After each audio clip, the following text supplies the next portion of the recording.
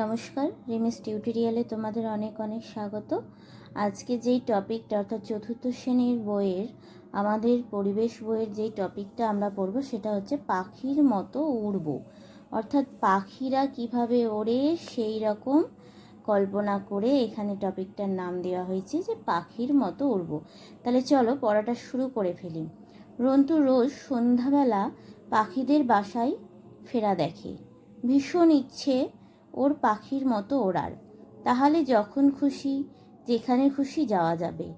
ও হাত দুটোকে দুপাশে বাড়ায়, পাখির মতো নাড়তে থাকে, কিন্তু উড়তেই পারে না। ওর তো আর পালক নেই, ডানাও নেই, আর শরীর বেশ ভারী। উড়বে কি করে? ডালে বসে থাকার জন্য পাখিদের আঙুলের নখগুলো বেশ সুচালো, কিন্তু রন্তুর আঙুলের নখগুলো সুচালো নয়। রন্তু বেশ ছুটলে হাঁপিয়ে যায়, অথচ পাখিরা তো অতক্ষণ আকাশে ওড়ে, তাও ক্লান্ত হয় না। পাখিদের শরীরের ভেতরে বাতাস ভরা থলি আছে। তারা সেই থলিতে অনেকটা বাতাস একবারে ভরে নেয় আর আকাশে ডানা মেলে উড়ে যায়। বুঝতে পারলে যে পাখিরা এই যে আকাশে দেখবে, আকাশের দিকে তাকিয়ে যে অনেকক্ষণ ধরে উড়ছে, অথচ তারা ক্লান্ত হচ্ছে না। আর আমরা কি বলতো, একটু দৌড়ানো ঝাঁপানো করলেই একটুতেই ক্লান্ত হয়ে যায়। কেন?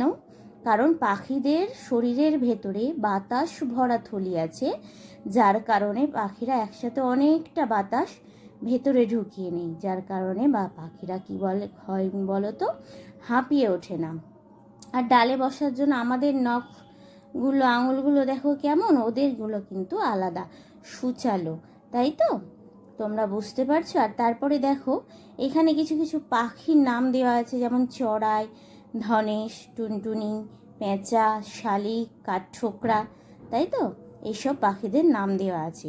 তাহলে পাখিদের মতো উড়তে গেলে আমাদেরও কী হতে হবে বলো তো? পাখিদের মতো ডানা দরকার, যেটা আমাদের নেই। পাখিদের শরীরটাও প্রচণ্ড হালকা, আমাদের শরীরটা ভারী, যার কারণে আমরা উড়তে পারি না।